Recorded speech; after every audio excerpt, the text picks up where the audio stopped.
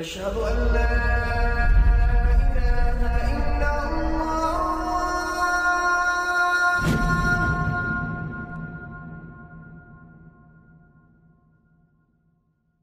Raindrops media পরিবেশিত audio lecture series Al Faruk.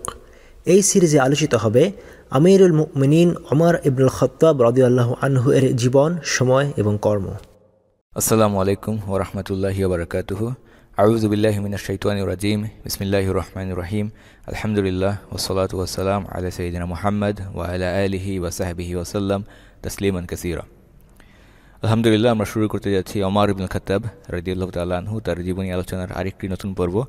এবং আমাদের আজকের পর্বের বিষয়বস্তু হচ্ছে ওমর ইবনুল খাত্তাব রাদিয়াল্লাহু আনহু তিনি কিভাবে সৎ কাজের আদেশ এবং মন্দ কাজে নিষেধ করতেন, বাধা প্রদান করতেন এবং ইসলামের বিশুদ্ধতা কিভাবে রক্ষা করতেন, কিভাবে তিনি নব উদ্ভাবিত বিষয় বিদআত এই বিষয়গুলোর মোকাবেলা করতেন।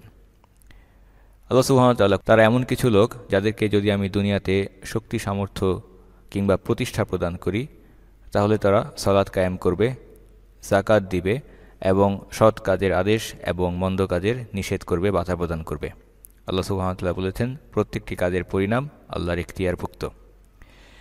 ইমাম আবু বকর আল জাসসাস রাহিমাহুল্লাহ তিনি এই আয়াতের ব্যাখ্যায় বলেছেন যে এই আয়াতগুলো মুহাজিরিনদের সম্পর্কে বলা হয়েছে, কারণ তারাই হচ্ছেন সেই সমস্ত ব্যক্তি যাদেরকে তাদের ঘরবাড়ি থেকে অন্যায়ভাবে বহিষ্কার করে দেওয়া হয়েছিল।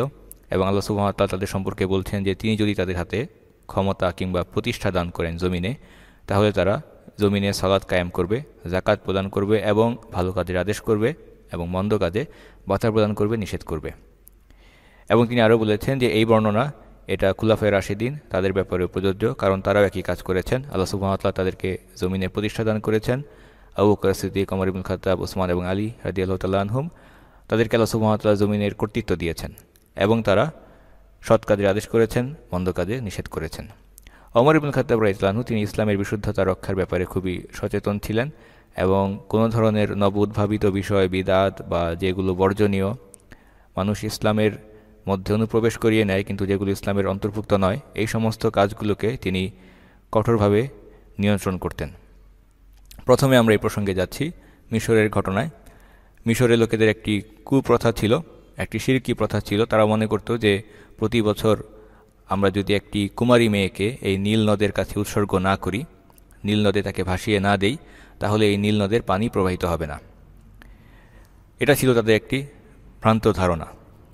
মিশরে সেই সময় ওমর ইবনুল খাত্তাবের নিযুক্ত গভর্নর ছিলেন আমর ইবনুল আস রাদিয়াল্লাহু আনহু।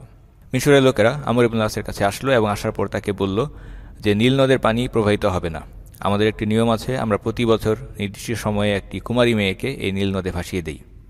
এই নীল নদের কাছে সেই মেয়েকে আমরা উৎসর্গ করি। যে মেয়ে তার পিতামাতার সঙ্গেই বসবাস করছিল তাকে আমরা নিয়ে আসি এবং তার বাবাকে আমরা কিছু অর্থ সামগ্রী প্রদান করি।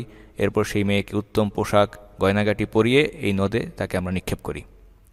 সেটা ছিল মিশরের সেই সমস্ত লোকেদের একটি ভ্রান্ত বিশ্বাস, শিরকি বিশ্বাস। তারা মনে করত যে এটা যদি না করা হয় তাহলে নীল নদে কখনোই পানি প্রবাহিত হবে না।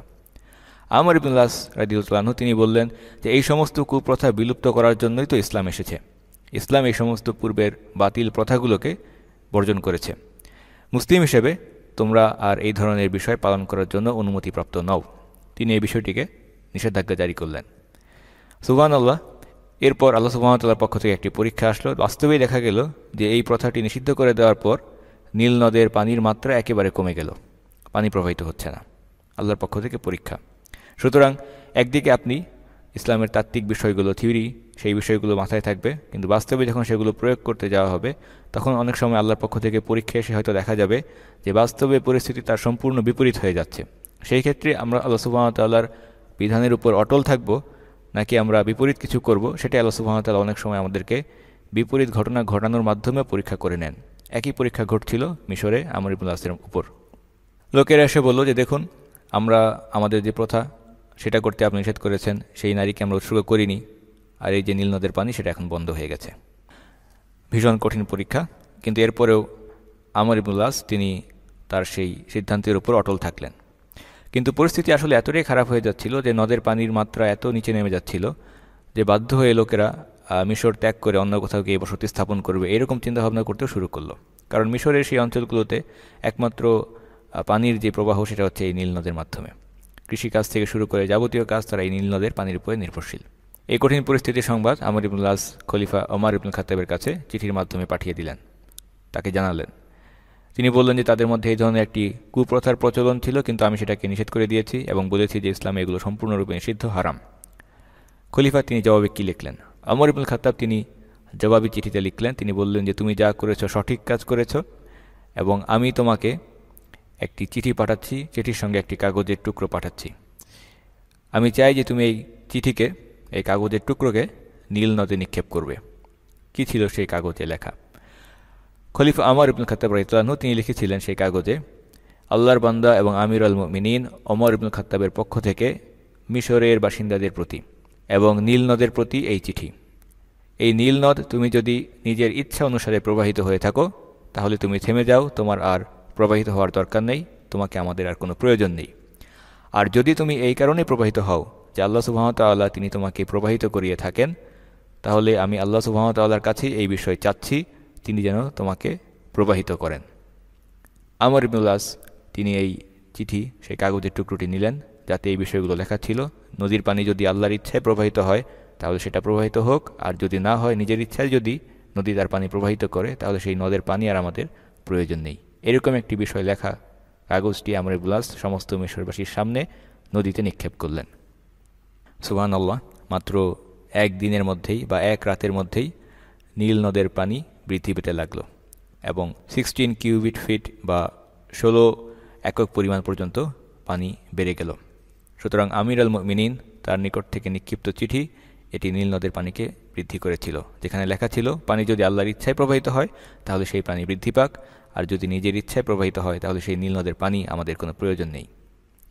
সুতরাং এই ঘটনা থেকে আমরা দেখতে পাচ্ছি যে বাস্তবেই ওমর ইবনুল খাত্তাব রাদিয়াল্লাহু আনহু তিনি শুধুমাত্র মুসলিমদেরই আমির ছিলেন না, বরং তিনি ছিলেন এই পৃথিবীর যা কিছু নদ নদী সেই বিষয়গুলোরও তত্ত্বাবধানকারী, সেই বিষয়গুলোরও তিনি অভিভাবক, আমির। সুতরাং বাস্তবেই তিনি ছিলেন এই জমিনে আল্লাহ সুবহানাহু ওয়া তাআলার পক্ষ থেকে মনোনীত প্রতিনিধি খলিফা, যার দায়িত্ব হচ্ছে এই জমিনে যা কিছু আছে মানুষ থেকে শুরু করে সমস্ত সৃষ্টি জগৎ সেই বিষয়গুলো রক্ষণাবেক্ষণ করা আল্লাহ সুবহানাহু ওয়া তাআলার নির্দেশ অনুসারে। ঘটনাটি আমরা দেখতে পাই ইবনে কাসির রাহিমাহুল্লাহ তার আল বিদায়া ওয়ান নিহায়া সেখানে উল্লেখ করেছেন। বিখ্যাত ঘটনা, ওমর ইবনুল খাত্তাব তার দৃঢ় সিদ্ধান্তের মাধ্যমে এই কুপ্রথাকে নিষিদ্ধ করে দিয়েছিলেন এবং এর মাধ্যমে মিশরবাসীর সামনে তাওহীদের বিষয়গুলো স্পষ্ট হয়েছিল যে নদ নদীর পানি কিংবা আসমান জমিনের যা কিছু প্রাকৃতিক বিষয়গুলো এর কোনো কিছুই কোনো ভিন্ন কারণে পরিচালিত হয় না, বরং সব কিছু নিয়ন্ত্রক হচ্ছেন একমাত্র আল্লাহ সুবহানাহু ওয়া তাআলা। কাজেই কোনো সাহায্য চাইতে হলে আল্লাহ সুবহানাহু ওয়া তাআলার কাছে আমাদেরকে চাইতে হবে। এই ধরনের কোনো কুপ্রথা, কাউকে উৎসর্গ করা, বলি দেওয়া, এর মাধ্যমে কোনো কিছু পাওয়া যায় না, বরং সেগুলো হচ্ছে শিরকের পথ, অজ্ঞতা এবং মূর্খতার পথ। দ্বিতীয় ঘটনায় আমরা যাচ্ছি, হাজরে আসওয়াদের ঘটনা। ওমর ইবনুল খাত্তাব রাদিয়াল্লাহু আনহু হজের মৌসুমে তিনি হাজরে আসওয়াদকে চুমু খাচ্ছিলেন এবং সেই সময় হজের মৌসুম, লোকেরা তাওয়াফ করছে। তখন তিনি লোকেদের উদ্দেশ্যে উচ্চস্বরে বলে উঠলেন যে আমি জানি তুমি শুধুমাত্র একটি পাথর এবং তুমি না পারো কারো কোনো ক্ষতি করতে, না পারো কারো কোনো উপকার করতে, এবং যদি আমি রাসূলুল্লাহ সাল্লাল্লাহু আলাইহি ওয়াসাল্লামকে না দেখতাম তোমাকে চুমু খেতে, আমি কখনোই এই কাজ করতাম না। সুতরাং এই উক্তি, এটার উদ্দেশ্য কী ছিল? ওমর ইবনুল খাত্তাব এখানে তার কথার মাধ্যমে তার ভেতরের যে ইচ্ছা, তার নিয়ত, সেটাকেও প্রকাশ করে দিলেন। লোকেরা দেখছে খলিফা তিনি হাজরে আসওয়াদকে চুমু খাচ্ছেন, এটা হচ্ছে তার বাইরের কাজ, কিন্তু ভেতরে তিনি কোন ইচ্ছা নিয়ে কেন তিনি চুমু খাচ্ছেন সেটা দেখার কোনো সুযোগ ছিল না, কিন্তু ওমর ইবনুল খাত্তাব তার কথার মাধ্যমে সেটাকে প্রকাশ করে দিলেন। তারপরই তিনি বলছেন যে ওমর ইবনুল খাত্তাবের এই উক্তি করার পেছনে কারণ ছিল এটা যে সেই সময় লোকেরা যখন কিনা ইসলামের জন্য বিভিন্ন নতুন নতুন ভূমি উন্মুক্ত হচ্ছিল, দলে দলে লোকেরা ইসলামে প্রবেশ করছিল, নও মুসলিম ছিল তারা তখনও জাহিলিয়াতের খুব কাছাকাছি বসবাস করছিল। জাহিলিয়াত ছিল তাদের নিকট অতীতের ঘটনা। কাজেই ওমর ইবনুল খাত্তাব তিনি নিশ্চিত করতে চাচ্ছিলেন যে একটি পাথরকে তিনি চুমু খাচ্ছেন, এটা দেখে যেন তারা তাদের জাহিলিয়াতের কোনো বিষয়ের সঙ্গে, বাতিল ভ্রান্ত কোনো বিশ্বাসের সঙ্গে এটাকে মিলিয়ে না ফেলে। কাজেই তিনি বক্তব্যের মাধ্যমে স্পষ্ট করে দিলেন যে এই পাথরের কোনো ভালো মন্দ করার ক্ষমতা নেই, এটার প্রতি তিনি সম্মান দেখাচ্ছেনও না, বা এর কাছ থেকে কোনো বরকতও তিনি আশা করছেন না, বরং শুধুমাত্র তিনি রাসূলুল্লাহ সাল্লাল্লাহু আলাইহি ওয়াসাল্লামের সুন্নাহকে অনুসরণ করেছেন। রাসূলুল্লাহ সাল্লাল্লাহু আলাইহি ওয়াসাল্লাম এই কাজ করেছেন, কাজেই তিনিও তাকে অনুসরণ করে যাচ্ছেন। পাথরের কাছ থেকে তিনি ভালো মন্দ কোনো কিছু আশা করছেন না। বুখারীতে এই ঘটনাটি বর্ণনা করা হয়েছে। ইবনে হাজার আল আসকালানী তিনি এই বিষয়ে মন্তব্য করে বলেছেন যে এই ঘটনা থেকে একটি গুরুত্বপূর্ণ শিক্ষা আমরা পাই, এবং সেটা হচ্ছে যে আল্লাহ সুবহানাহু ওয়া তাআলার নিকট আমরা আত্মসমর্পণ করি এবং রাসূলুল্লাহ সাল্লাল্লাহু আলাইহি ওয়াসাল্লামের দেখানো পথ সুন্নাহকে আমরা অনুসরণ করি। যদিও বা আমরা নাও জানি যে পেছনে হিকমা কী বা উদ্দেশ্য কী, কিংবা সেটা বোঝা আমাদের জন্য কঠিনও হয়ে যায়, এরপরেও আমরা শর্তহীনভাবে, প্রশ্নহীনভাবে আল্লাহ সুবহানাহু ওয়া তাআলার আদেশ এবং রাসূলুল্লাহ সাল্লাল্লাহু আলাইহি ওয়াসাল্লামের দেখানো পথকে অনুসরণ করে থাকি।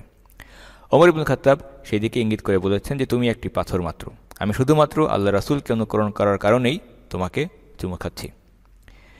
সুতরাং ইসলামের বিভিন্ন বিষয়গুলো, সেখানে আমাদের প্রথম মানসিকতা হওয়া উচিত, যখন আমরা জানবো যে এটা আল্লাহ সুবহানাহু ওয়া তাআলার পক্ষ থেকে এবং রাসূলুল্লাহ সাল্লাল্লাহু আলাইহি ওয়াসাল্লাম সেটা করেছেন, সেই ক্ষেত্রে কোনো প্রশ্ন ছাড়াই, তার পেছনে কী হিকমা, কী কারণ, কী উদ্দেশ্য, সেগুলো জানা ছাড়াই আমাদেরকে অনুসরণ করতে হবে। এটাই হচ্ছে সঠিক অ্যাপ্রোচ। পরবর্তীতে যদি আমরা কোনো বাড়তি উদ্দেশ্য, ফায়দা কিংবা হিকমা জানতে পারি, সেগুলো জানা যেতে পারে, কিন্তু মূল উদ্দেশ্য হচ্ছে যে অনুসরণ করা, আনুগত্য করা একমাত্র আল্লাহর আদেশ, রাসূলের সুন্নাহ, এই কারণেই। এতটুকুই আমাদের জন্য যথেষ্ট হওয়া উচিত। উদাহরণস্বরূপ, কোনো একজন ব্যক্তি যদি প্রশ্ন করে যে হজের সময় দেখলাম মুসলিমরা কাবাকে কেন্দ্র করে চতুর্দিকে ঘুরে, এবং এই ঘূর্ণনের দিক হচ্ছে অ্যান্টি ক্লকওয়াইজ বা ঘড়ির কাঁটার বিপরীতে, কিংবা 7 বার প্রদক্ষিণ করছে, এগুলো কেন? 7 বার প্রদক্ষিণ করার অর্থ কী? কিংবা ঘড়ির কাঁটার বিপরীতেই বা মুসলিমরা কেন ঘুরছে, ঘড়ির কাঁটার দিকেই বা কেন ঘুরছে না? এই ধরনের প্রশ্ন যদি করে, তাহলে প্রথম উত্তর এটাই যে রাসূলুল্লাহ সাল্লাল্লাহু আলাইহি ওয়াসাল্লাম সেটা করেছেন, ইসলাম আমাদেরকে শিক্ষা দিয়েছে, এই জন্যই আমরা এটা করছি। এরপরে যদি বাড়তি ফায়দা বা অন্যান্য হিকমার দিকে দেখা যায়, তাহলে হয়তো অন্যান্য বিষয়গুলো আসতে পারে। যেমন কেউ বলতে পারে যে সৃষ্টি জগতে যা কিছু রয়েছে তার সব কিছুই ঘূর্ণনের দিক হচ্ছে অ্যান্টি ক্লকওয়াইজ, ঘড়ির কাঁটার বিপরীতে। পৃথিবী নিজ অক্ষের উপর ঘুরছে ঘড়ির কাঁটার বিপরীতে, গ্রহ উপগ্রহগুলো সেগুলো ঘুরছে অ্যান্টি ক্লকওয়াইজ বা ঘড়ির কাঁটার বিপরীতে। শুধুমাত্র ঘড়িটাই ঘুরছে ক্লকওয়াইজ, আর সব কিছুই অ্যান্টি ক্লকওয়াইজ ঘুরছে। কাজেই মুসলিমরা সেই বিষয়ের সঙ্গে সামঞ্জস্য করার জন্য হজের সময়ও তাওয়াফ করে থাকেন অ্যান্টি ক্লকওয়াইজ বা ঘড়ির কাঁটার বিপরীতে। কিন্তু এগুলো আসলে সঠিক কোনো জবাব নয়। সাহাবারা রাদিয়াল্লাহু আনহুম তারা কি জানতেন যে পৃথিবী ঘড়ির কাঁটার দিকে ঘুরছে নাকি ঘড়ির কাঁটার বিপরীতে ঘুরছে? তারা এই কারণেই সেগুলো অনুসরণ করেছেন, কারণ রাসূলুল্লাহ সাল্লাল্লাহু আলাইহি ওয়াসাল্লাম সেভাবেই তাদেরকে শিখিয়েছেন। তারা প্রশ্নহীনভাবে রাসূলুল্লাহ সাল্লাল্লাহু আলাইহি ওয়াসাল্লামের দেখানো পথকে অনুসরণ করেছেন। সাফা এবং মারওয়াতে আমরা 7 বার ওঠানামা করে থাকি। এর কারণ আমরা জানি যে হাজর আলাইহিস সালাম, ইসমাইল আলাইহিস সালামের সঙ্গে সেই ঘটনা, যখন তিনি শিশুপুত্র ইসমাইল পানির তৃষ্ণায় ছটফট করছিলেন, তার জন্য পানির সন্ধানে 7 বার দৌড়াদৌড়ি করছিলেন। সে কারণে সাফা এবং মারওয়ার মাঝখানে আমরা 7 বার ওঠানামা করি। আরাফার দিন, সেই দিন সম্পর্কে যদি কেউ প্রশ্ন করে যে সেই দিন কেন এত বিশেষ গুরুত্বপূর্ণ, হজের ময়দানে, সেখানে আরাফার ময়দানে দাঁড়িয়ে থাকারই বা অর্থ কী? বাস্তবে এই ময়দান, তার মধ্যে আসলে কী রয়েছে? আরাফা তো শুধুমাত্র একটি জনশূন্য ভূমি মাত্র। অন্যান্য ভূমির মতো এটাও একটা সাধারণ ভূমি। কাজেই হজের মতো একটা গুরুত্বপূর্ণ দিনে সেখানে মুসলিমরা কেন দাঁড়িয়ে থাকে? অথবা যদি কেউ প্রশ্ন করে মিনা, মুজদালিফা, সেখানেই বা বিশেষ কী রয়েছে? সব প্রশ্নের উত্তর একটাই, যে শুধুমাত্র আল্লাহ সুবহানাহু ওয়া তাআলা সেগুলো আমাদেরকে করার আদেশ দিয়েছেন এবং রাসূলুল্লাহ সাল্লাল্লাহু আলাইহি ওয়াসাল্লাম সেভাবেই আমাদেরকে শিক্ষা দিয়েছেন। এতটুকু উত্তরই পর্যাপ্ত এবং যথেষ্ট। কাজে ওমর ইবনুল খাত্তাব তিনি সেই হাজরে আসওয়াদ, কালো পাথরকে চুম্বন খাচ্ছিলেন। তার পেছনে হিকমা এটা যে তিনি এর মাধ্যমে আল্লাহ সুবহানাহু ওয়া তাআলার কাছে আত্মসমর্পণ করছেন এবং রাসূলুল্লাহ সাল্লাল্লাহু আলাইহি ওয়াসাল্লাম এবং ইব্রাহিম আলাইহিস সালামের যেই সুন্নাহ, যেই পথ, সেটাকে অনুসরণ করেছেন। আত্মসমর্পণ করা, এটাই হচ্ছে মূল বিষয়।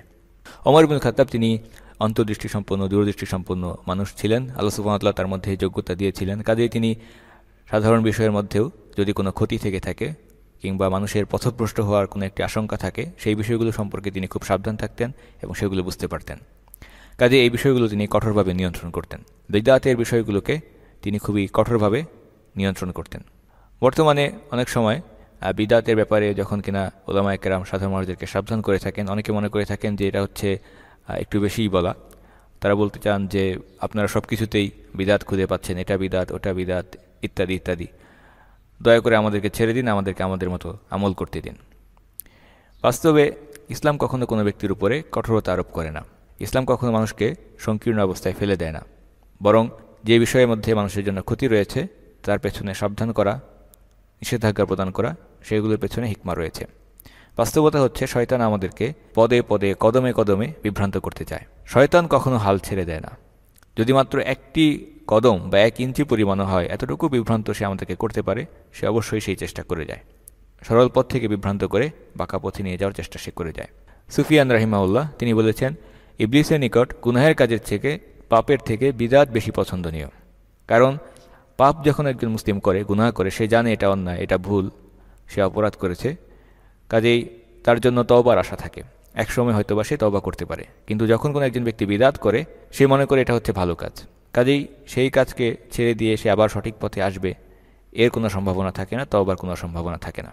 সুতরাং এই দিকটি বিবেচনা করলে গুনাহের থেকে বিদআত আরও মারাত্মক। দারিমির বর্ণনা এসেছে, কোনো একটি জাতি যখন তাদের দিনে কোনো বিদআতকে অনুপ্রবেশ করিয়ে নেয়, তখন আল্লাহ সুবহানাহু ওয়া তাআলা তাদের মধ্য থেকে সমপরিমাণ সুন্নাহকে বিলুপ্ত করে দেন এবং সেটা কিয়ামত পর্যন্ত তাদের মধ্যে আর ফেরত আসে না।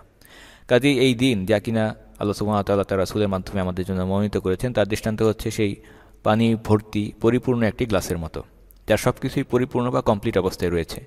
এখন সেখানে নতুন করে কোনো কিছু ঢেলে নেওয়ার কিংবা ফেলে দেওয়ার সুযোগ নেই। কাজেই সেই পানি ভর্তি গ্লাসে যদি আমরা কোনো কিছু ফেলি, পানি কিংবা অন্য কিছু, তাহলে সমপরিমাণ পদার্থ সেখান থেকে বের হয়ে আসবে। ইসলামের দৃষ্টান্ত হচ্ছে একই রকম।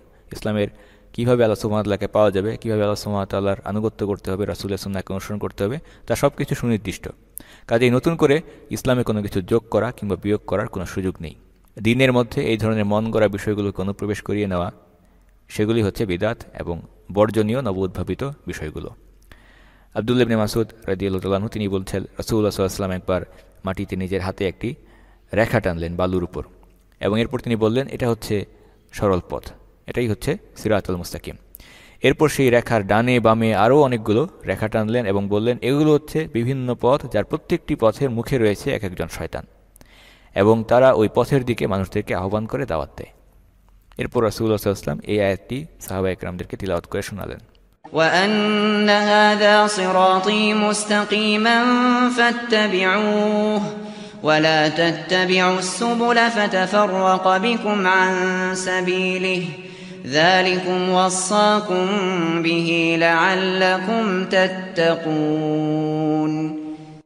যেখানে আল্লাহ সুবহানাহু ওয়া তাআলা তিনি বলেছেন যে তিনি তোমাদেরকে এই নির্দেশ দিয়েছেন যেন তোমরা উপদেশ গ্রহণ করো, নিশ্চিত এটি হচ্ছে আমার সরল পথ, কাজেই তোমরা এই পথে চলো এবং অন্য কোনো পথে চলো না, তাহলে সেই সমস্ত পথ তোমাদেরকে আল্লাহর পথ থেকে বিচ্ছিন্ন করে দেবে।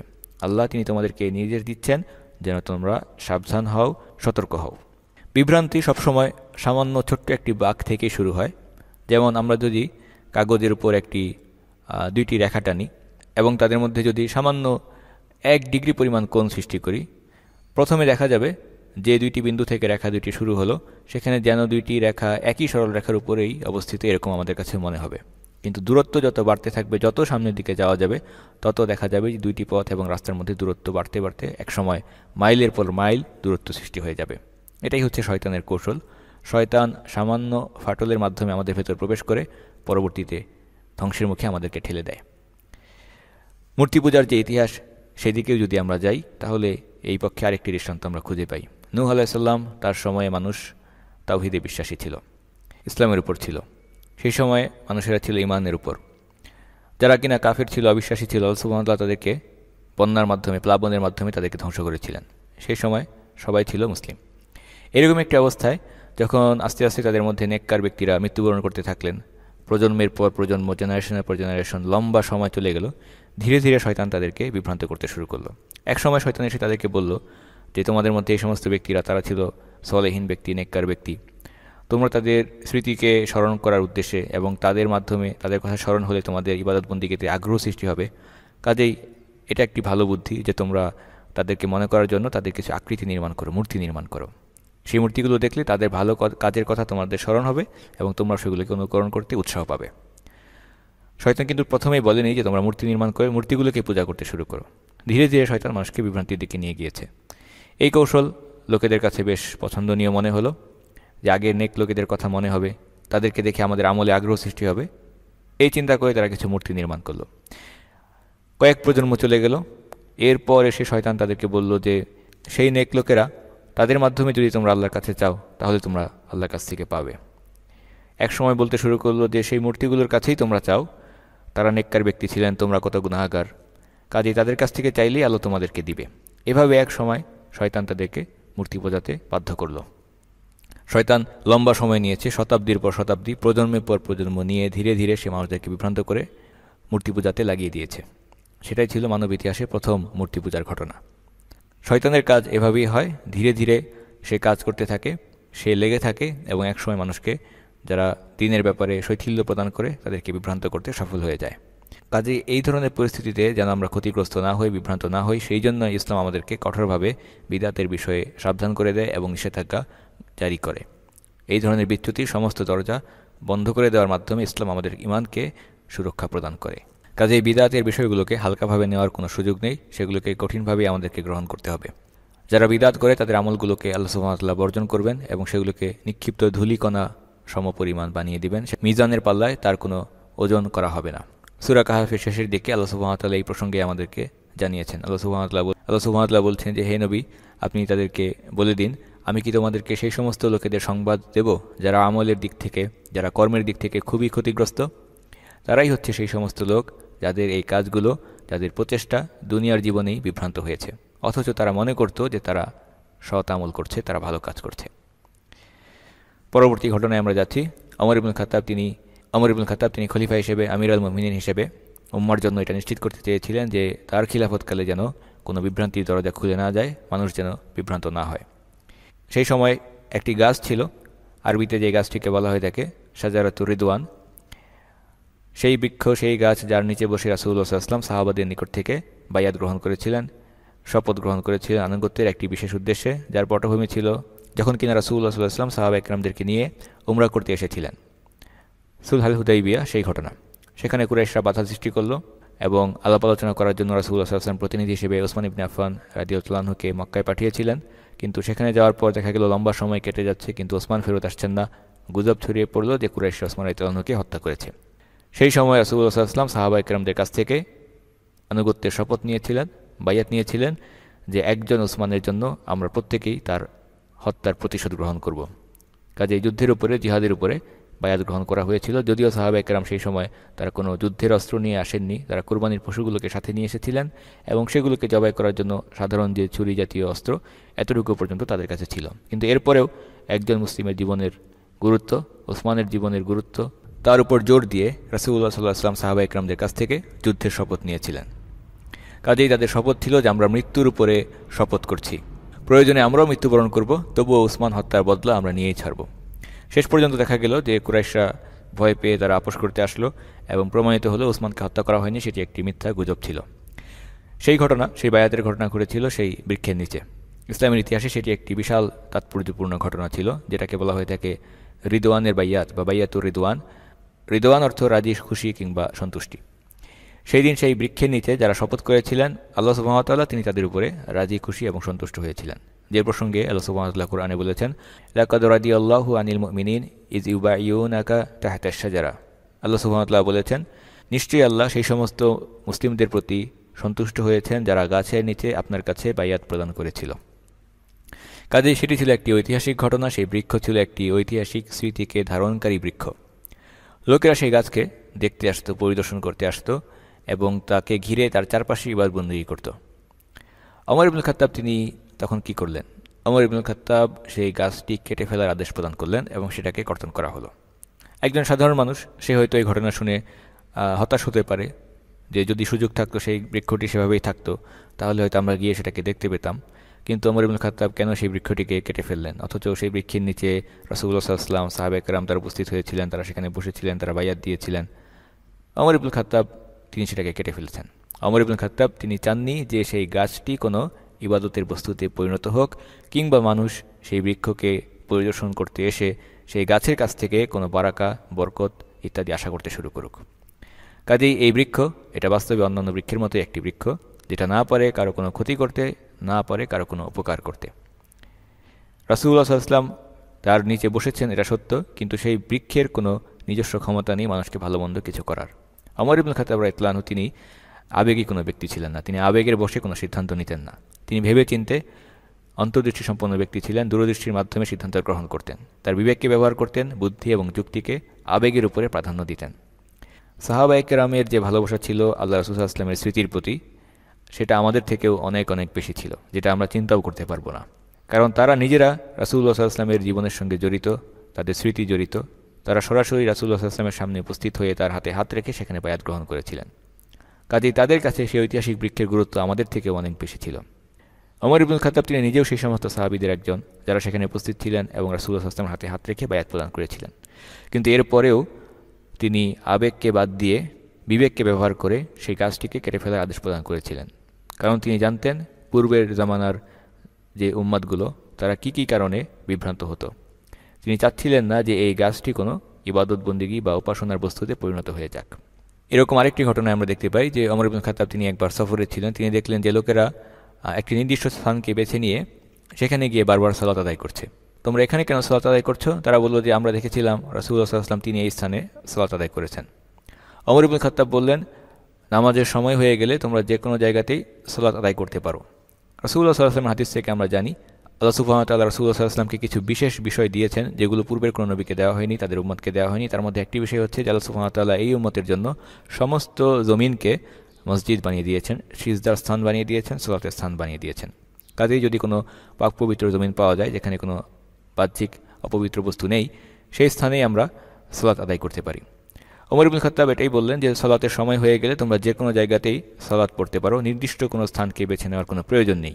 এবং তিনি আরও বললেন, তোমাদের পূর্ববর্তী যারা তাদেরকে যে বিষয়গুলো ধ্বংস করেছিল তার মধ্যে একটি হচ্ছে এটা যে তারা তাদের নবীদের ইবাদতের স্থানগুলোকে অথবা তাদের মৃত্যুর স্থানকে কিংবা তাদের কবরকে ইবাদতের স্থান হিসেবে নির্দিষ্ট করে নিত, এবং এগুলো ছিল তাদের ধ্বংসের কারণ।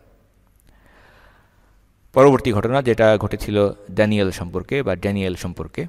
বাইবেল বলছে যে দানিয়েল তিনি ছিলেন একজন নবী, কিন্তু ইসলামের যে দলিলগুলো কোরআন কিংবা হাদিসে কোনো সুস্পষ্ট দলিল আমাদের কাছে নেই, কাজে এই বিষয়ে আমরা কোনো কিছু উল্লেখ করতে পারি না। কিন্তু বাইবেল অনুসারে তিনি একজন নবী ছিলেন।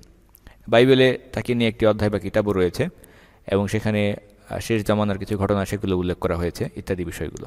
কাজে খ্রিস্টানরা মনে করে যে দানিয়েল তিনি একজন নবী ছিলেন। ওমর ইবনে খাত্তাব রাদিয়াল্লাহু আনহু তার খিলাফতকালে একটি কবর উন্মোচিত হলো এবং মানুষ বলতে শুরু করলো এটাই হচ্ছে সেই দানিয়েলের কবর। মাটি খনন করা হয়েছিল, সেই সময়ে লোকেরা তাস্তুর সেই এলাকার মাটি খনন করছিল, সেখানে বন্যা হয়েছিল, বন্যার কারণে কিছু মাটি সরে গিয়ে একটি কবর উন্মোচিত হয়েছিল এবং লোকেরা আশ্চর্য হয়ে দেখল যে এই কবর বহু পুরনো কবর, কিন্তু কবরের ভেতরে যে দেহটি সেটি সম্পূর্ণরূপে অক্ষত, একেবারে তাজা, কোনো পচন সেখানে ধরেনি। রাসূলুল্লাহ সাল্লাল্লাহু আলাইহি ওয়াসাল্লাম তিনি আমাদেরকে হাদিসে জানিয়েছেন আল্লাহ সুবহানাহু ওয়া তাআলা মাটির জন্য নিষেধ করে দিয়েছেন যে মাটির কোনো ক্ষমতা নেই নবী রাসূলদের দেহকে তারা ভক্ষণ করতে পারে। কাজেই নবী রাসূলের দেহ মাটি ভক্ষণ করতে পারে না। শত শত বছর আগেও যদি কেউ মৃত্যুবরণ করেন এরপরও সেটা অক্ষত থেকে যায়। এই বিষয়টিকে দেখে লোকেরা ধারণা করলো যে নিশ্চয়ই এটা কোনো নবীর দেহ হবে, কাজেই এই দেহটিকে সম্মান করতে হবে, তাকে সেখান থেকে সরিয়ে অন্যত্র যথাযথ মর্যাদায় দাফন করতে হবে। ওমর ইবনে খাত্তাব সেই ঘটনা সম্পর্কে ভবিষ্যতে কী ঘটতে পারে সেই আশঙ্কা তার মনে জেগে উঠল। তিনি চিঠি পাঠালেন কবর খননকারীদের উদ্দেশ্যে এবং লিখলেন, আমি চাই তোমরা দিনের বেলাতে অর্থাৎ প্রকাশ্যে ভিন্ন ভিন্ন 13টি এলাকায় 13টি কবর খনন করবে এবং যখন দাফন করবে তখন করবে রাতের বেলায়, সবার দৃষ্টির অগোচরে রাতের আধারে দানিয়েলের মরদেহকে তোমরা দাফন করবে এবং সবগুলো কবর একই সঙ্গে তোমরা ভরাট করবে। এই কাজের উদ্দেশ্য কী ছিল? ওমর ইবনে খাত্তাব এর মাধ্যমে নিশ্চিত করেছেন মানুষ যেন চিহ্নিত করতে না পারে যে কোনটি আসলে দানিয়েলের কবর। এর মাধ্যমে তিনি তাদেরকে কবর পূজা, বর্তমানে যেগুলো মহামারী আকারে বিভিন্ন মুসলিম দেশে দেখা যাচ্ছে, মাজার পূজা, কবর পূজা, মৃত ব্যক্তির কাছে গিয়ে সাহায্য প্রার্থনা করা, মৃত ব্যক্তির কাছে দোয়া করা, তার কাছ থেকে সাহায্য চাওয়া, এই যে শিরকগুলো মুসলিম ভূমিতে আমরা দেখতে পাচ্ছি ব্যাধির মতো অনুপ্রবেশ করেছে, ওমর ইবনে খাত্তাব সেই ক্ষতিকে রক্ষা করেছেন। তিনি চাননি যে এই কবরকে ঘিরে মানুষ ইবাদত বন্দেগী করতে শুরু করুক। পরবর্তী ঘটনায় আমরা যাচ্ছি খালিদ বিন ওয়ালিদ রাদিয়াল্লাহু আনহু তাকে বরখাস্ত করার ঘটনা। এতক্ষণ আমরা যে বিষয়গুলো আলোচনা করছিলাম সেখানে বিষয়গুলো সংযুক্ত ছিল ইবাদত বন্দেগীর সঙ্গে, ইসলাম এবং তার বিপরীত বিদআত সেগুলোর সঙ্গে সংশ্লিষ্ট। একই সেকশনে আমরা নিয়ে এসেছি খালিদ বিন ওয়ালিদ রাদিয়াল্লাহু আনহু তাকে অপসারণ করার ঘটনাটি। সাধারণভাবে অনেকের কাছে প্রশ্ন হতে পারে যে এটি তো একটি সাধারণ রাজনৈতিক বিষয় বা প্রশাসনিক বিষয়, একজন সেনাপতি তাকে অপসারণ করা হচ্ছে, সেটা কেন এই সেকশনে আসলো যে ইসলামের বিশুদ্ধতা রক্ষা করা এবং বিদআত থেকে মানুষদেরকে সাবধান করা? বাস্তবে ইসলাম সেখানে পৃথকভাবে রাজনৈতিক প্রশাসনিক বলে কোনো আলাদা বিষয় নেই, সমস্ত বিষয়গুলোই আমাদের দ্বীনের অন্তর্ভুক্ত। কাজে যেটা সাধারণ রাজনৈতিক বিষয় অন্যদের কাছে, যেটা সাধারণ সামরিক বিষয় অন্যদের কাছে, সেখানেও ইসলামের বিষয়গুলো সংযুক্ত হয়ে যায় নিয়তের মাধ্যমে, ইখলাসের মাধ্যমে, আন্তরিকতার মাধ্যমে। কী উদ্দেশ্যে, কোন কারণে কোনো একজন ব্যক্তি কী কাজ করছে, সেই উদ্দেশ্য এবং কারণের কারণে একটি কাজ ইবাদতে পরিণত হতে পারে অথবা শিরক কিংবা বিদআতেও পরিণত হতে পারে। কাজেই ইসলামে সব কিছুই অন্তর্ভুক্ত, সেখানে পৃথকভাবে দুনিয়াবি বিষয়, আখিরাতের বিষয় কিংবা রাজনৈতিক বিষয় এভাবে ভাগ করার কোনো সুযোগ নেই। খালিদ বিন ওয়ালিদ রাদিয়াল্লাহু আনহু তাকে ওমর ইবনে খাত্তাব নির্দেশ দিয়েছিলেন পদত্যাগ করতে, এবং এটা একাধিকবার ঘটেছিল।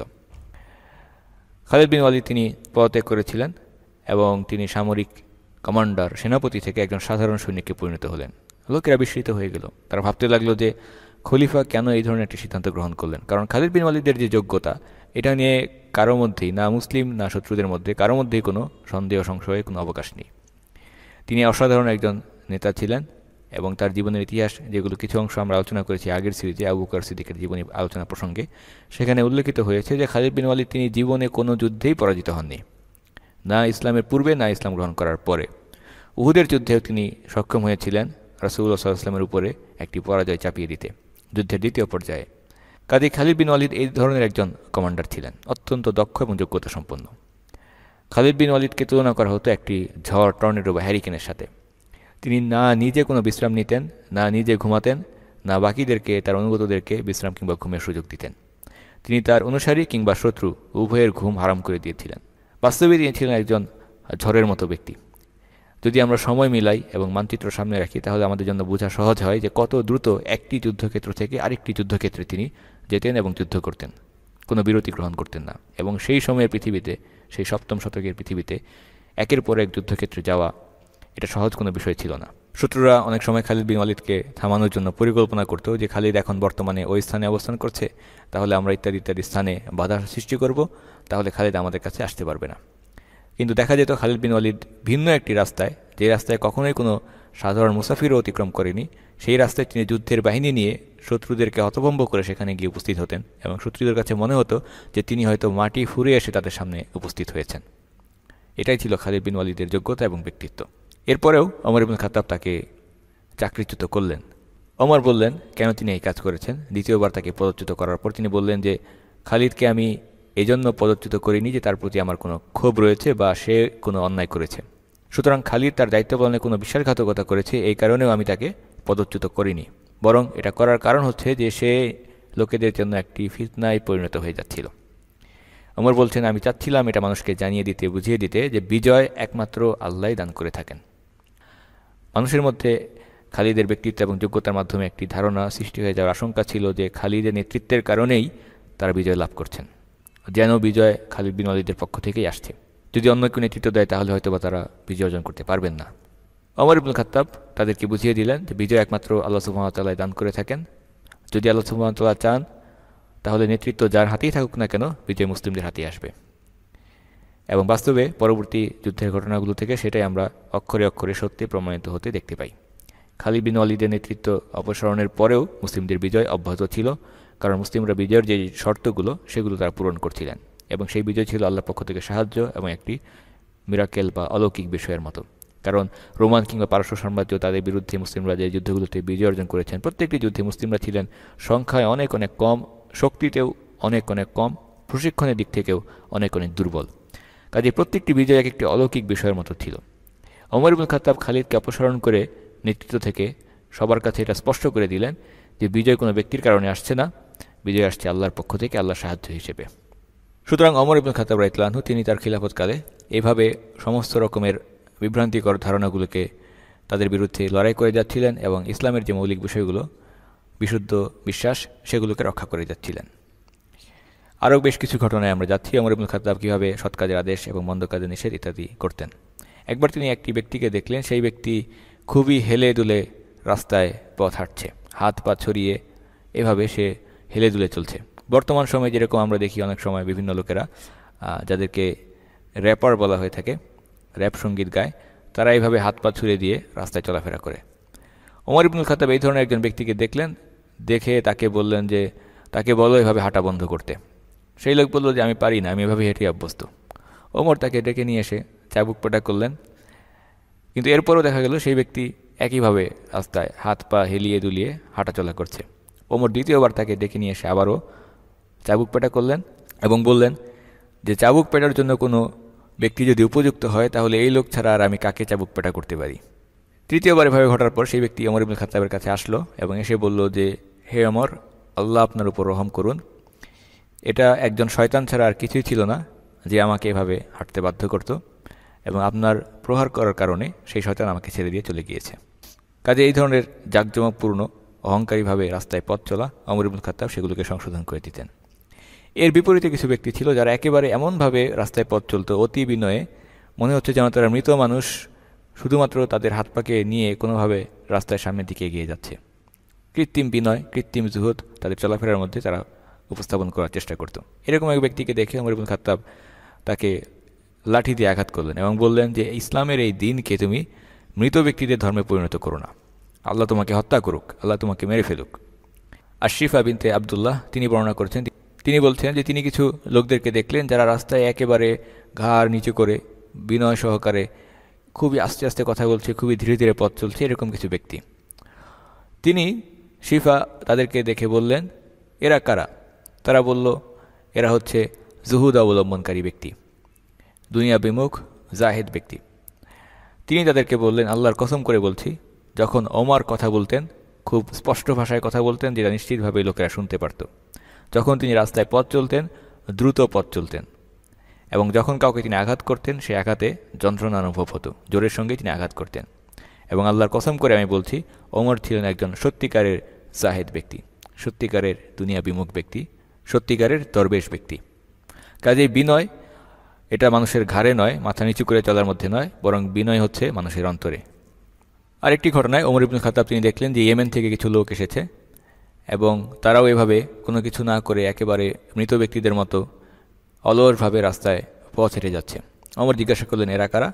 ওমরকে বলা হলো, এরা হচ্ছে সেই সমস্ত ব্যক্তি যারা আল্লাহর উপরে তাওয়াক্কুল করে, আল মুতাওয়াক্কিলুন, এবং তারা কোনো ধরনের দুনিয়াবি কাজ করে না, কামাই রোজগার করে না। ওমর বললেন, না, তোমরা মিথ্যা বলেছ, বরং এই সমস্ত লোকেরা হচ্ছে আল মুত্তাকিলুন, এরা হচ্ছে আল মুত্তাকিলুন, অর্থাৎ যারা অন্যের সম্পদ ভক্ষণ করে, যারা অন্যের কাছে আশা করে যে অন্য লোকেরা তাদের প্রয়োজনগুলো পূরণ করে দেবে। বাস্তবে যদি তারা আল্লাহর উপরে তাওয়াক্কুল করত, আল্লাহর উপর ভরসা করত, তারা কাজ করত এবং কাজ করার পর কাজের ফলাফলের জন্য আল্লাহর উপর নির্ভরশীল হতো, এটাই হচ্ছে আল্লাহর উপর ভরসা করা এবং আল্লাহর উপর তাওয়াক্কুল করার অর্থ। সুতরাং ওমর ইবনুল খাত্তাব তিনি বলেছিলেন যে আল্লাহর উপর যারা তাওয়াক্কুল করে তারা প্রথমে বীজ বপন করে এবং এরপর ফলাফলের জন্য আল্লাহর উপর ভরসা করে। সুতরাং কাজ করার প্রচেষ্টা করা এবং প্রচেষ্টার ফলের জন্য আল্লাহর উপর সাহায্য আশা করা, সেটাই হচ্ছে তাওয়াক্কুল বা আল্লাহর উপর ভরসার সঠিক অর্থ। অন্যথায় কাজকর্ম না করে, কামাই রোজগার না করে বসে থাকলে মূলত আমরা অন্যের সম্পদকে ভক্ষণ করছি এবং অন্যের কাছে আমরা আশা করছি তারা আমাদের প্রয়োজনগুলো পূরণ করে দেবে। পরবর্তী সেকশনে আমরা যাচ্ছি, যেখানে আমরা কিছু বিষয় উল্লেখ করার চেষ্টা করব ওমর ইবনুল খাত্তাব তিনি আমলগুলোর ব্যাপারে কত যত্নবান ছিলেন সেই বিষয়গুলো সম্পর্কে। ওমর ইবনুল খাত্তাব তিনি সালাতের ব্যাপারে খুবই যত্নশীল ছিলেন এবং উম্মাহ তারা কীভাবে সালাত আদায় করছে সেই বিষয়গুলো নিয়েও তিনি বেশ উদ্বিগ্ন থাকতেন। এমনকি যখন তিনি মৃত্যুশয্যায়ও ছিলেন সেই সময়েও তিনি বলেছিলেন যে বিষয়টি নিয়ে আমি সবচেয়ে বেশি উদ্বিগ্ন তোমাদের উপর, সেটা হচ্ছে তোমাদের সালাত। তোমরা যদি সালাতের ব্যাপারে দায়িত্বশীল হও, যত্নশীল হও, তাহলে তোমাদের বাকি আমলগুলো ঠিক থাকবে। আর যদি তোমরা সালাতকে অবহেলা করো তাহলে তোমাদের বাকি আমলগুলো অবহেলার শিকার হবে। সালাতের বিষয়ে তার গুরুত্ব সম্পর্কে বহু হাদিস রয়েছে যেগুলো আমরা জানি।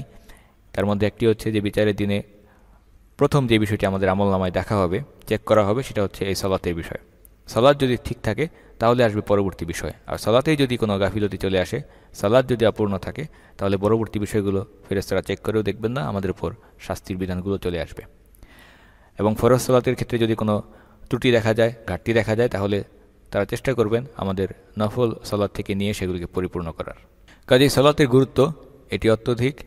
ইসলামের সবচেয়ে গুরুত্বপূর্ণ আমল এটা, দিনের খুঁটি, দিনের ভিত্তি সালাতের উপরে। এবং সালাত শুধুমাত্র সালাতের মধ্যেই নয়, এটি একটি সম্পূর্ণ প্যাকেজের মতো। এর সঙ্গে আরও অনেকগুলো বিষয় জড়িত রয়েছে, যেমন বিনয় সহকারে, ধীরস্থিরতা সহকারে, খুশু খুজু সহকারে সালাত আদায় করা, জামাতের সঙ্গে সালাত আদায় করা। আরও রয়েছে সালাতের পূর্বে এর প্রস্তুতি নেওয়া, ওযু করা এবং সন্তানদেরকে সালাতের জন্য শিক্ষা প্রদান করা, সালাত আদায় করতে আদেশ করা, এই সব কিছুই সালাতের মধ্যে অন্তর্ভুক্ত। কাজেই একটি সম্পূর্ণ প্যাকেজের মতো এই বিষয়টি। ওমর ইবনুল খাত্তাব তিনি নিজেও খুশু সহকারে সালাত আদায় করতেন। আব্দুল্লাহ ইবনে ওমর রাদিয়াল্লাহু আনহু তিনি বলছেন যে একবার আমি ওমরের পেছনে দাঁড়িয়ে জামাতে সালাত আদায় করছিলাম এবং 3 কাতার পেছন থেকে জামাতে দাঁড়িয়ে আমি ওমরের কান্নার আওয়াজ শুনতে পাচ্ছিলাম। সুতরাং ওমর ইবনুল খাত্তাব তিনি এতটাই বিনয় সহকারে সালাত আদায় করতেন। যেমন আগের একটি পর্বে আমরা উল্লেখ করেছিলাম ওমর ইবনুল খাত্তাবের ইলমের প্রতি আগ্রহ, সেখানে যে একবার ফজর সালাতে ওমর ইবনুল খাত্তাব যখন সূরা ইউসুফ তিলাওয়াত করতে করতে এই আয়াতে আসলেন যেখানে ইয়াকুব আলাইহিস সালাম তিনি বলছেন যে ক্বালা ইন্নামা আশকু বাসরি ওয়াহুজনি ইলাল্লাহ, যে আমি আমার দুঃখ বেদনা একমাত্র আল্লাহর কাছেই নিবেদন করি এবং আল্লাহর পক্ষ থেকে এমন কিছু বিষয় আমি জানি যেগুলো তোমরা জানো না। সেই আয়াত তিলাওয়াত করার সময় ওমর ইবনুল খাত্তাব কান্নায় ভেঙে পড়ছিলেন, যেটা একেবারে পেছনের কাতার থেকেও লোকেরা শুনতে পাচ্ছিলেন। কাজে ওমর ইবনুল খাত্তাব তিনি অত্যন্ত বিনয়ের সঙ্গে সালাত আদায় করতেন, তার অন্তরে কোরআনের আয়াতগুলো ব্যাপক প্রভাব বিস্তার করত। একবার ওমর ইবনুল খাত্তাব তিনি দেখলেন যে সালাতের মধ্যে একজন ব্যক্তি সে অপ্রয়োজনে নড়াচড়া করছে, খুব বেশি নড়াচড়া করছে। মসজিদে গিয়ে আমরা অনেক সময় এমন কিছু ব্যক্তিদেরকে দেখতে পাই যারা সালাতের আগে, সালাত শুরু হওয়ার আগে খুব ধীরস্থিরভাবে দাঁড়িয়ে থাকে, কিন্তু যখন ইমাম আল্লাহু আকবার বলে সালাত শুরু করে দেন, সালাতে দাঁড়িয়ে তারা হাত পা নড়াচড়া করতে শুরু করে, গা চুলকানো শুরু করে, অপ্রয়োজনে কাশি দেওয়া শুরু করে। এগুলো সালাতের যে বিনয়, খুশু সহকারে সালাত আদায় করা তার পরিপন্থী বিষয়। যখন কোনো বিশেষ প্রয়োজন সৃষ্টি হয় সেই অবস্থায় একেবারেই নড়াচড়া করা যাবে না, বিষয়টা এমন নয়। যেমন কিছু হাদিস থেকে আমরা দেখি যে রাসূলুল্লাহ সাল্লাল্লাহু আলাইহি ওয়াসাল্লাম তিনি সালাতের মধ্যে নড়াচড়া করেছেন। রাসূলুল্লাহ সাল্লাল্লাহু আলাইহি ওয়াসাল্লাম সালাতে একটি শিশুকে কোলে বহন করেছেন। রাসূলুল্লাহ সাল্লাল্লাহু আলাইহি ওয়াসাল্লাম তার একজন বিবিকে হাত দিয়ে সরিয়ে দিয়েছেন সালাতের সময়। সালাতে থাকা অবস্থায় রাসূলুল্লাহ সাল্লাল্লাহু আলাইহি ওয়াসাল্লাম দরজা খুলেছেন, কিন্তু সেগুলো ছিল ব্যতিক্রমী পরিস্থিতি এবং বিশেষ প্রয়োজনের উপর ন্যায়সঙ্গত কারণ। সাধারণভাবে অপ্রয়োজনে সালাতে নড়াচড়া করা এর কোনো অবকাশ নেই, কারণ এই নড়াচড়ার মাধ্যমে আমাদের যে খুশু সহকারে সালাত আদায় করা, বিনয় সহকারে সালাত আদায় করা তার ব্যত্যয় ঘটে। ওমর ইবনুল খাত্তাব যখন সেই ব্যক্তিকে এভাবে অপ্রয়োজনে নড়াচড়া করতে দেখলেন, হাত পা চুলকাতে দেখলেন, তখন তিনি বললেন যে সেই ব্যক্তির অন্তরে যদি খুশু থাকতো, তার ভেতরে যদি বিনয় থাকতো, তাহলে তার হাত পাও স্থির থাকতো, তার অঙ্গ প্রত্যঙ্গেও সেগুলোর প্রতিফলন ঘটত। সুতরাং মূল বিষয় হচ্ছে অন্তরে যদি বিনয় না থাকে সেটা সালাতের বাহ্যিক আচরণে আমাদের মধ্যে ফুটে ওঠে। এটাই হচ্ছে মূল সমস্যা, হৃদয়ে আল্লাহর ভয় না থাকা, তাকওয়া না থাকা এবং খুশু না থাকা। আমাদের পক্ষে শুধুমাত্র একটি হৃদয় রয়েছে, কাজেই একই সময়ে একজন মানুষ শুধুমাত্র একটি বিষয়ের উপরেই পূর্ণ মনোযোগ প্রদান করতে পারে। একসঙ্গে একাধিক কাজ করা সম্ভব নয়। একসঙ্গে আপনি সালাত আদায় করছেন আবার হাত পা চুলকানো, এটা সম্ভব নয়। যে কারণে আমরা দেখি যে যখন গাড়ির চালকেরা ড্রাইভিং করে তাদেরকে নিষেধ করে দেওয়া হয় যে যদি তারা মোবাইলে কথা বলে, বিভিন্ন দেশে বিভিন্ন আইনকানুন রয়েছে তাদের উপরে অর্থদণ্ডের আইনকানুন, এটাও বিভিন্ন দেশে রয়েছে, কারণ একই সময়ে একজন ব্যক্তির পক্ষে দুইটি বিষয়ে মনোযোগ দেওয়া সম্ভব নয়। পরবর্তী প্রসঙ্গে আমরা যাচ্ছি। ওমর ইবনুল খাত্তাব তিনি দোয়া করতেন, অনেক বেশি দোয়া করতেন এবং এটি ছিল তার একটি নিয়মিত আমল। ওমর ইবনুল খাত্তাব তিনি একজন দোয়াকারী মানুষ ছিলেন। যে কোনো প্রয়োজনে তিনি আল্লাহ সুবহানাহু ওয়া তাআলার কাছে দোয়া করতে ভুলতেন না। মুজাহিদিনদের আসতে দেরি হচ্ছে, তাদের সংবাদ আসছে না, তিনি দোয়া করতেন। সৈনিকরা যুদ্ধ থেকে ফেরত আসছে, দেরি হচ্ছে, তিনি দোয়া করতেন। এবং ওমর ইবনুল খাত্তাব তিনি রাতের বেলায় সালাত আদায় করতেন, কিয়ামুল লাইল, তাহাজ্জুদ আদায় করতেন। উম্মাহ সম্পর্কে তিনি খুবই উদ্বিগ্ন এবং পেরেশান অবস্থায় থাকতেন, তাদেরকে নিয়ে সদা চিন্তিত থাকতেন। ওমরকে দেখলেই বোঝা যেত, তার চেহারায় বোঝা যেত চিন্তার ছাপ সেখানে স্পষ্ট। এই প্রসঙ্গে একটি ঘটনায় এসেছে যে একবার একটি রাত্রে ওমর ইবনুল খাত্তাব রাতের বেলায় সালাত আদায় করার জন্য, তাহাজ্জুদের জন্য উঠলেন, কিন্তু তিনি কিছুতেই সালাতে মনোনিবেশ করতে পারছিলেন না। তার মধ্যে একটি অস্থিরতা কাজ করছিল। কাজেই তিনি সালাত আদায় না করে ঘুমোতে গেলেন, নফল সালাত সেটা ছেড়ে দিয়ে তিনি ঘুমোতে গেলেন, কিন্তু তিনি ঘুমাতেও পারছিলেন না। তখন তিনি বললেন যে আমি যখন সালাত পড়তে যাই আমি পারি না, আমি ঘুমোতে যাই তখনও আমি পারি না। সাহাবীরা জিজ্ঞাসা করলেন যে কেন আপনার মধ্যে এই অবস্থা সৃষ্টি হচ্ছে? তিনি বললেন, কারণ আমি আমার উম্মাহকে নিয়ে, আমি মুসলিমদেরকে নিয়ে চিন্তিত এবং পেরেশান। কাজেই এটাই ছিল ওমর ইবনুল খাত্তাবের উদ্বিগ্নতা এবং ভাবনার মাত্রা। মুসলিমদেরকে নিয়ে চিন্তা ভাবনার কারণে, মুসলিমদের কল্যাণ কামনার কারণে যে পেরেশান অবস্থা তার মধ্যে সৃষ্টি হতো, তিনি বিশ্রাম নিতে পারতেন না, তিনি ঘুমাতেও পারতেন না। আমাদের উচিত আল্লাহ সুবহানাহু ওয়া তাআলার কাছে দোয়া করা, আল্লাহ সুবহানাহু ওয়া তাআলা যেন আমাদেরকেও এই ধরনের দায়িত্বশীল ব্যক্তিদেরকে আমাদের নেতা হিসেবে মনোনীত করেন, যারা আমাদের অধীনস্থদেরকে নিয়ে, আমাদের সাধারণ মুসলিমদেরকে নিয়ে এতটা উদ্বিগ্ন থাকেন এবং তাদের প্রয়োজন খোঁজখবর ইত্যাদি আদায় করেন। বর্তমানে এই উম্মার যে অবস্থা সেটা হচ্ছে যে অন্ধকার রাতে রাখাল ছাড়া ছেড়ে দেওয়া মেষপালের মতো, যাদের চতুর্দিকে নেকড়ে ঘুরে বেড়াচ্ছে। ইবনে তাইমিয়া রাহিমাহুল্লাহ তিনি একটি বর্ণনা উল্লেখ করেছেন ওমর ইবনুল খাত্তাব সম্পর্কে। তিনি বলেছেন যে ওমর সবসময় মুজাহিদিনদের জন্য সালাতে দোয়া করতেন। তিনি ইসলামের শত্রু, কুরআনের শত্রুদের বিরুদ্ধে যখন যুদ্ধ করতেন, যখন রোমান সম্রাটদের বিরুদ্ধে যুদ্ধ করতেন, তখনও প্রত্যেক সালাতে তিনি দোয়া করতেন, কুনুত পড়তেন এবং তিনি দোয়া করতেন, ইয়া আল্লাহ, আপনি এই সমস্ত কাফিরদেরকে, অবিশ্বাসীদেরকে ধ্বংস করে দিন। ওমর ইবনুল খাত্তাব বিভিন্ন আমলের প্রতি যত্নশীল। এই প্রসঙ্গে আমরা কথা বলছি। এবার আমরা আসছি জুমার সালাত প্রসঙ্গে, জুমা প্রসঙ্গে। ওমর চাইতেন যে সবাই খুতবার আগে সঠিক সময়ে এসে মসজিদে উপস্থিত হন। একটি জুমায় তিনি খুতবা প্রদান করছিলেন, খুতবা শুরু হয়ে গিয়েছে, এমন সময় একজন মুহাজির সাহাবী তিনি মসজিদে আসলেন। ওমর খুতবা থামিয়ে দিয়ে সবার সামনেই তাকে জিজ্ঞাসা করলেন, এখন কি কোনো সময় হলো? এখন কোন সময়? সেই সাহাবী, তিনি একজন সম্মানিত সাহাবী, একজন মুহাজির, তার আসতে বিলম্ব হয়েছে। তিনি বললেন যে আমি খুবই ব্যস্ত ছিলাম, কাজেই ঘরে ফিরে আমি দ্রুত অজু করেই চলে এসেছি। ওমর আবারও তাকে বললেন, তুমি শুধুমাত্র অজু করে জুমার মসজিদে উপস্থিত হয়েছ, অথচ জানো যে রাসূলুল্লাহ সাল্লাল্লাহু আলাইহি ওয়াসাল্লাম আমাদেরকে জুমার দিনে গোসল করে মসজিদে আসতে বলেছেন। ওমর ইবনুল খাত্তাব তিনি এই ব্যাপারে খুবই সতর্ক থাকতেন। তিনি চাইতেন যে মানুষ রাসূলুল্লাহ সাল্লাল্লাহু আলাইহি ওয়াসাল্লামের সুন্নাহকে আঁকড়ে ধরুক। রাসূলুল্লাহ সাল্লাল্লাহু আলাইহি ওয়াসাল্লাম তিনি আমাদেরকে নির্দেশ দিয়েছেন জুমার সালাতে দেরি করে উপস্থিত না হতে, ইমামের খুতবা দেওয়ার আগে আমাদেরকে সেখানে পৌঁছে যাওয়া উচিত। রাসূলুল্লাহ সাল্লাল্লাহু আলাইহি ওয়াসাল্লামের সময়ে যারা সাহাবিয়াত ছিলেন, নারী সাহাবী মহিলারা, তারাও মসজিদে গিয়ে সালাত আদায় করতেন। ওমর ইবনুল খাত্তাব তিনি এই বিষয়ে একটি ভিন্ন মত পোষণ করতেন। তিনি পছন্দ করতেন না, চাইতেন না যে তার স্ত্রী তিনি মসজিদে গিয়ে সালাত আদায় করুন। কিন্তু রাসূলুল্লাহ সাল্লাল্লাহু আলাইহি ওয়াসাল্লাম যেহেতু এই সুযোগ রেখেছেন এবং তিনি কোনো নিষেধাজ্ঞা জারি করেননি, কাজেই তিনি নিষেধ করতে পারতেন না। রাসূলুল্লাহ সাল্লাল্লাহু আলাইহি ওয়াসাল্লাম বলেছেন যে তোমরা আল্লাহর বান্দি বা মেয়েদেরকে মসজিদে গিয়ে সালাত আদায় করতে কোনো বাধা দিও না। কাজেই ওমর তার স্ত্রীকে বলছিলেন যে তুমি তো জানো আমার পছন্দ সম্পর্কে, কিন্তু তার স্ত্রী ওমরকে জবাব দিয়ে বলেছিলেন, আপনি যতক্ষণ পর্যন্ত আমাকে নিষেধ না করবেন আমি মসজিদে যাওয়া থেকে বিরত হব না। কারণ তিনি জানতেন যে ওমর রাসূলুল্লাহ সাল্লাল্লাহু আলাইহি ওয়াসাল্লামের হাদিসের বিরুদ্ধে যেতে পারবেন না, কাজেই তাকে নিষেধও করতে পারবেন না। সুতরাং ওমর ইবনে খাত্তাবের স্ত্রী তিনি মসজিদে গিয়ে সালাত আদায় করা অব্যাহত রাখলেন। এবং বুখারীর বর্ণনা থেকে আমরা দেখতে পাই যখন কিনা ওমর ইবনে খাত্তাব রাদিয়াল্লাহু আনহুর জীবনের শেষ অবস্থা, ফজরের সালাতে তিনি ইমামতি করছিলেন, সেই সময় যখন একজন আততায়ী ব্যক্তি ওমরকে ছুরিবিদ্ধ করলো, সেই সময়েও ওমর ইবনে খাত্তাব রাদিয়াল্লাহু আনহুর স্ত্রী মসজিদে ছিলেন, সেই সালাতের জামাতে ছিলেন। ওমর ইবনে খাত্তাব রাদিয়াল্লাহু আনহু তিনি সেই সমস্ত ব্যক্তিদের সাহচর্য, সহবত গ্রহণ করতেন যাদের উপস্থিতি, যাদের সঙ্গ একজন মানুষকে আল্লাহর কথা স্মরণ করিয়ে দেয়। ওমর ইবনে খাত্তাব রাদিয়াল্লাহু আনহু তিনি প্রায়ই আবু মুসা আল আশআরী রাদিয়াল্লাহু আনহু তাকে দেখতে যেতেন। রাসূলুল্লাহ সাল্লাল্লাহু আলাইহি ওয়াসাল্লামের একজন বিশিষ্ট ইয়েমেনি সাহাবী ছিলেন আবু মুসা আল আশআরী। ওমর এবং তারা ছিলেন বন্ধুর মতো, সাথী এবং ভাইয়ের মতো। এবং ইসলামের জন্য এই যে ভ্রাতৃত্ববোধ, দ্বীনী ভাই হওয়ার যেই অনুভূতি এবং পারস্পরিক যে ভালোবাসা একজন মুসলিম আরেকজন মুসলিমের সাহচর্যের মাধ্যমে অনুভব করে থাকেন, এর কোনো তুলনা হতে পারে না। আল্লাহর জন্য যখন কোনো সম্পর্ক গড়ে ওঠে, সেই ভ্রাতৃত্ববোধের যে স্বাদ সেটা অন্য কোনো সম্পর্কে পাওয়া যায় না। বাস্তবে একজন মুসলিম যে অভিজ্ঞতা অর্জন করে থাকেন দ্বীনী ভাইয়ের কাছ থেকে, এটা অন্য কোনো ব্যক্তির কাছ থেকে এই আন্তরিকতা এবং সৌহার্দ্য কখনোই সমতুল্য নয়। কারণ এই সম্পর্ক এটা দুনিয়ার উপর ভিত্তি করে গড়ে ওঠে না। এই সম্পর্ক শুধুমাত্র আল্লাহ সুবহানাহু ওয়া তাআলার জন্য, আল্লাহর দ্বীনের জন্য, ইসলামের জন্য। সাহাবা একরাম তাদের বিভিন্ন ঘটনায় তার বিভিন্ন চিত্র আমাদের সামনে চলে আসে।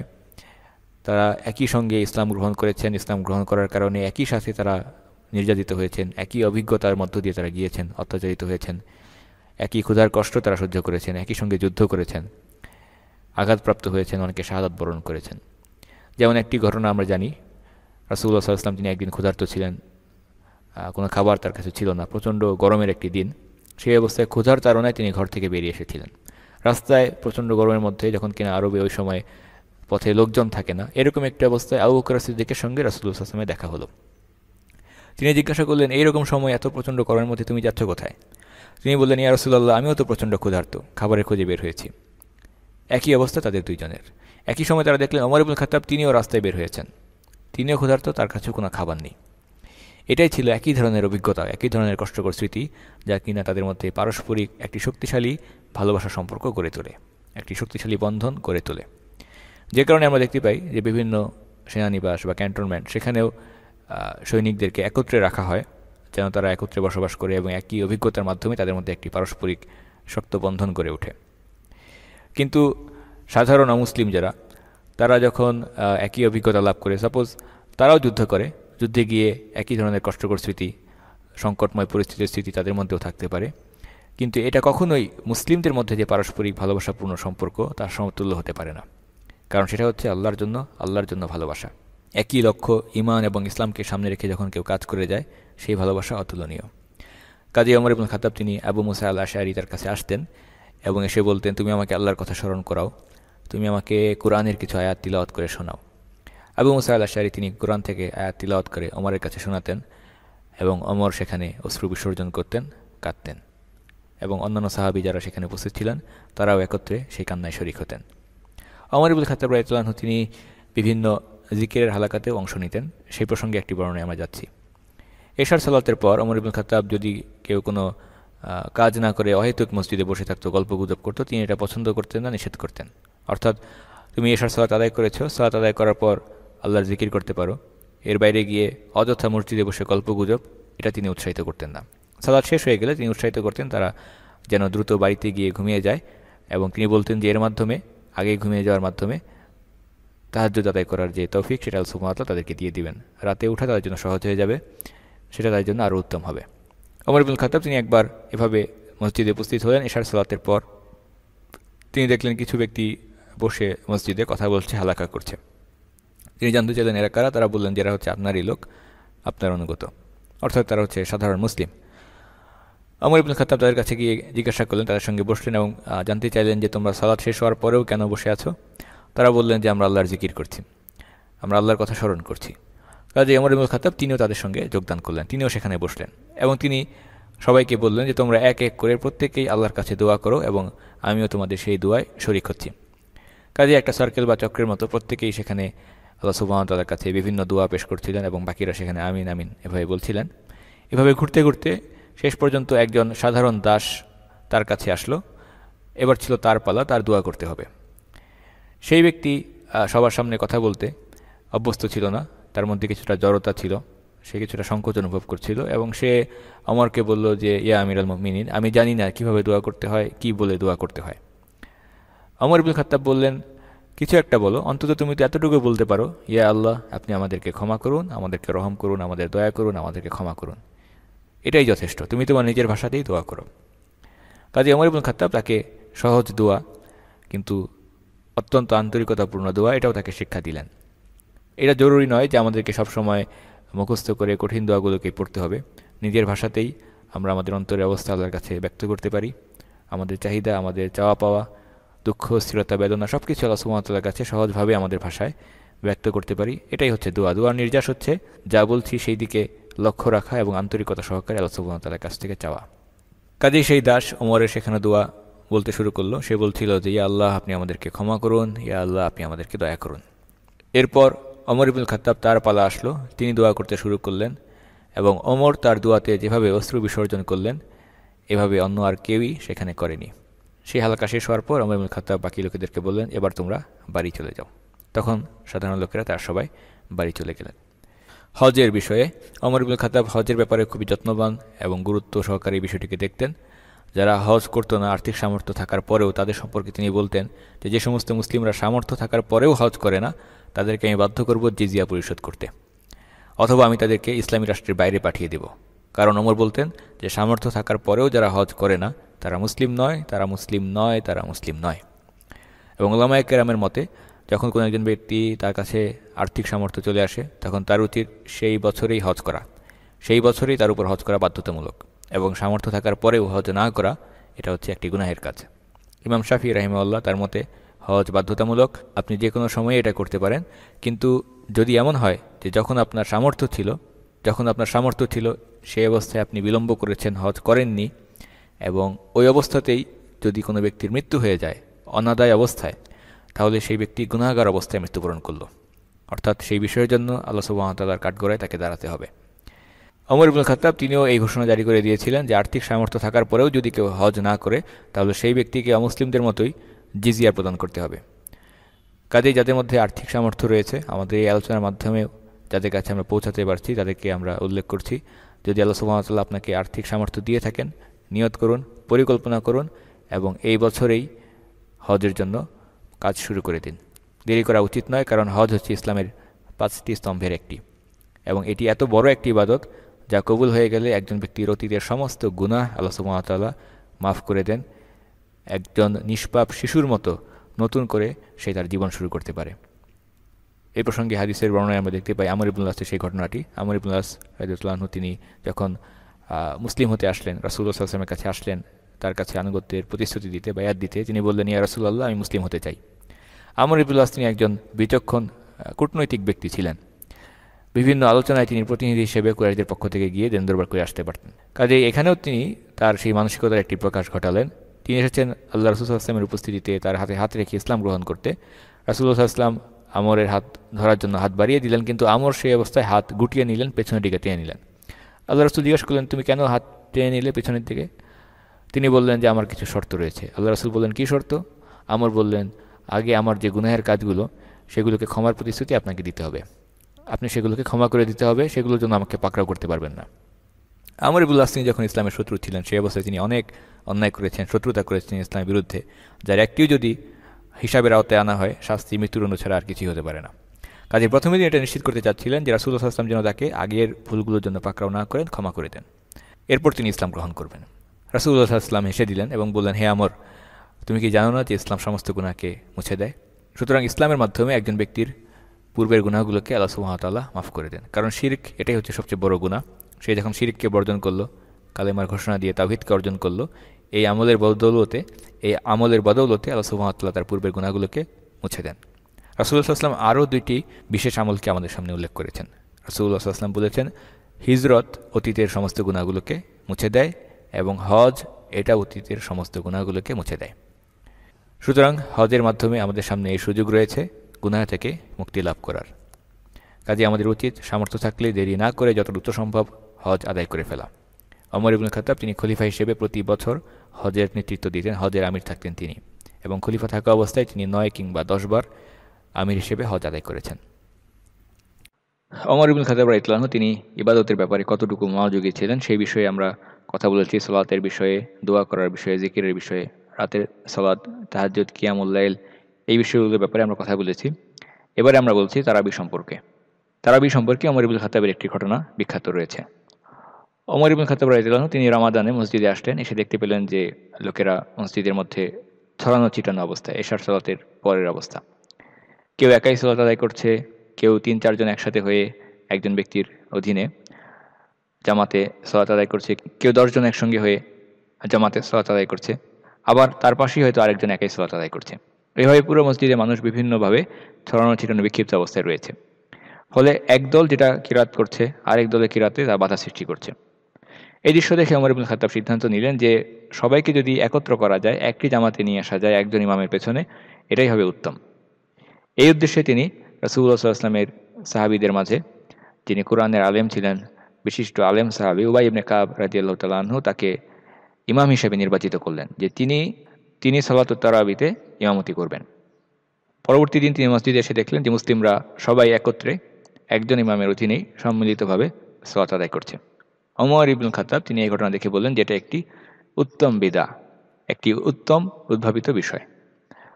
ওমর ইবনুল খাত্তাব তিনি এই বিষয় দেখে খুবই খুশি ছিলেন যে মুসলিমরা আগের মতো বিশৃঙ্খলভাবে সালাত আদায় না করে একত্রে সালাত আদায় করছে। এখন ওমর ইবনুল খাত্তাব রাদিয়াল্লাহু আনহুর এই যে উক্তি, তিনি বললেন যে এটা হচ্ছে একটি উত্তম উদ্ভাবিত বিষয়। পরবর্তীতে আমরা দেখতে পাই যে এই উক্তিকে নানাভাবে অপব্যবহার করা হচ্ছে।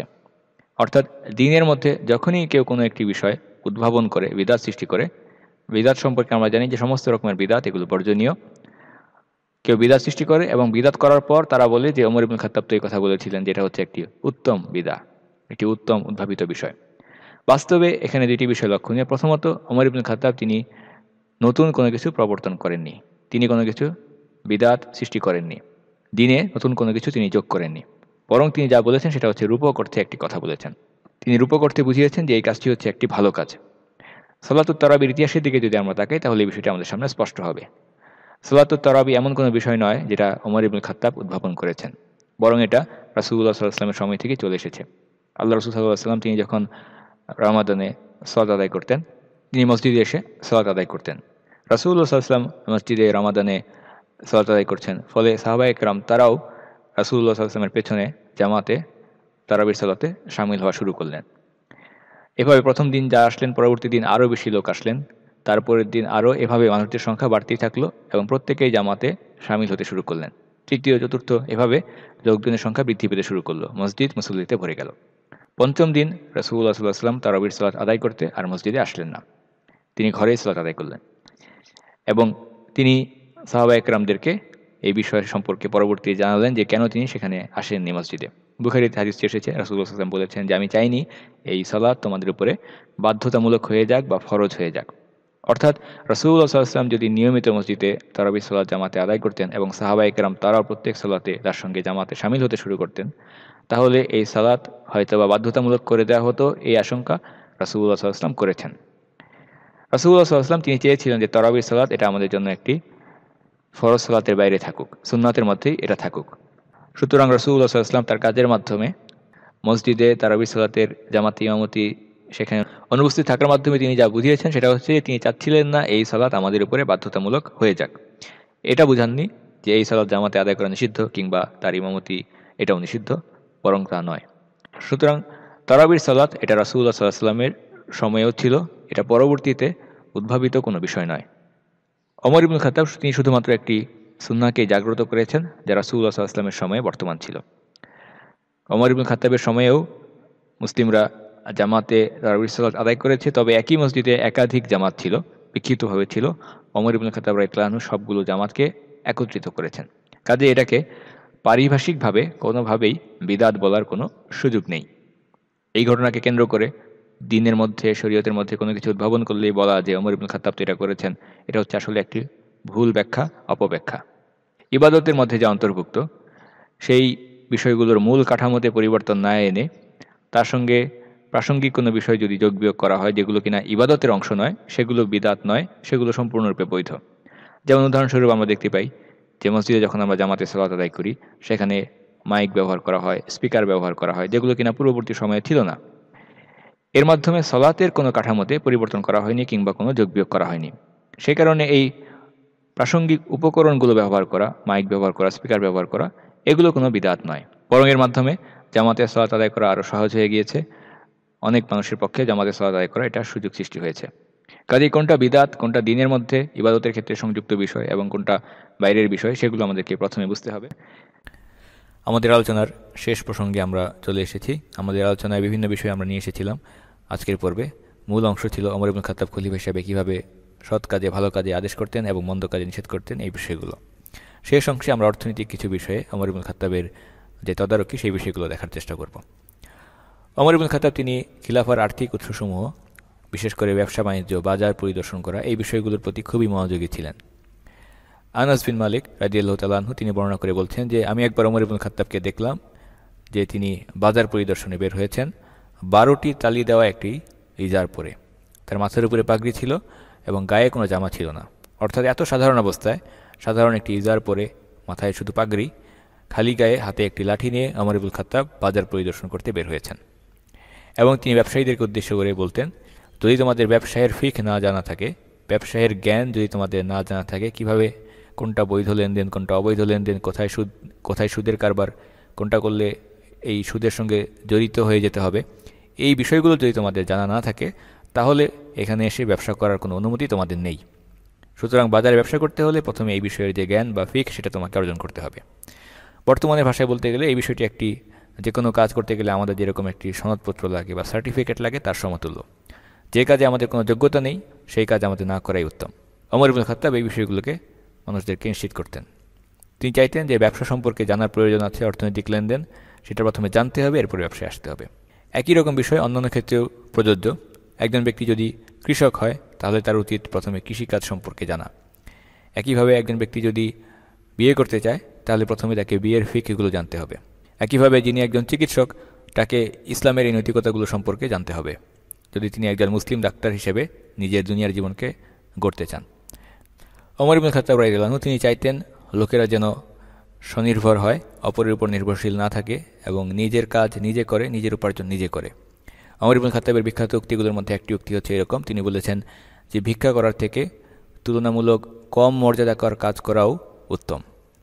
সুতরাং ওমর ইবনুল খাত্তাব যেটা বুঝিয়েছেন সেটা হচ্ছে যে তিনি হারাম কোনো কাজ করার কথা বলেননি, কিন্তু এমন কিছু কাজ করা সাধারণভাবে দুনিয়া মানুষ যেগুলোকে ছোট কাজ বলে মনে করে বা তুলনামূলকভাবে কম মর্যাদাকর বা কম উপার্জন আসে এরকম কাজ বলে মনে করে, সেগুলো ভিক্ষাবৃত্তি করার থেকে উত্তম। সুতরাং একটি হালাল কাজ সেটা যত নিচু মর্যাদারই হোক না কেন, সেটা ভিক্ষাবৃত্তি করার থেকে, অপরের উপর মুখাপেক্ষী থাকার থেকে উত্তম।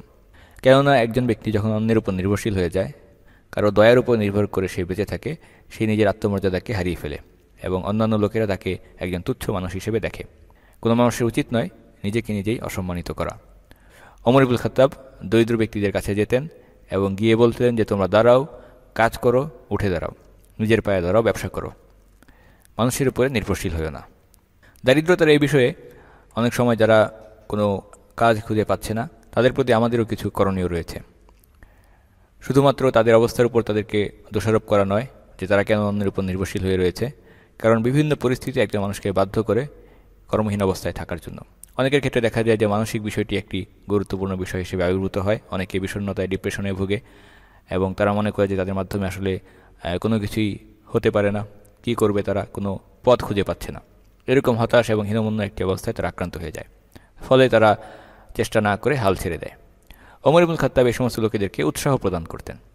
ব্যবসা করার জন্য তিনি মানুষকে উৎসাহিত করতেন, হতাশ না হয়ে শক্ত হাতে তাদেরকে হাল ধরতে বলতেন।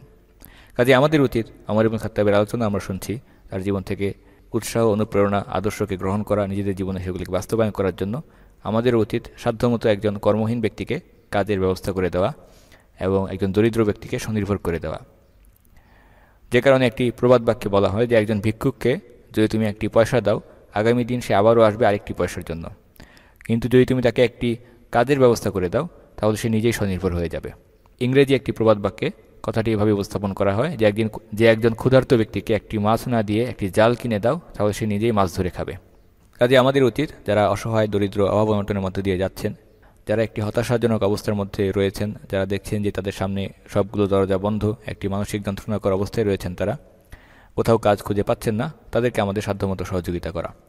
এবং সেই ব্যক্তিরও উচিত নিজের পক্ষ হতে সর্বোচ্চ চেষ্টা চালিয়ে যাওয়া, আল্লাহর কাছে সাহায্য চাওয়া, কারণ এই ভালো এবং মন্দ উভয় রকম অবস্থা এগুলি আল্লাহ সুবহানাহু ওয়া তাআলার পক্ষ থেকে দুনিয়াতে আমাদের জন্য নির্ধারিত পরীক্ষা।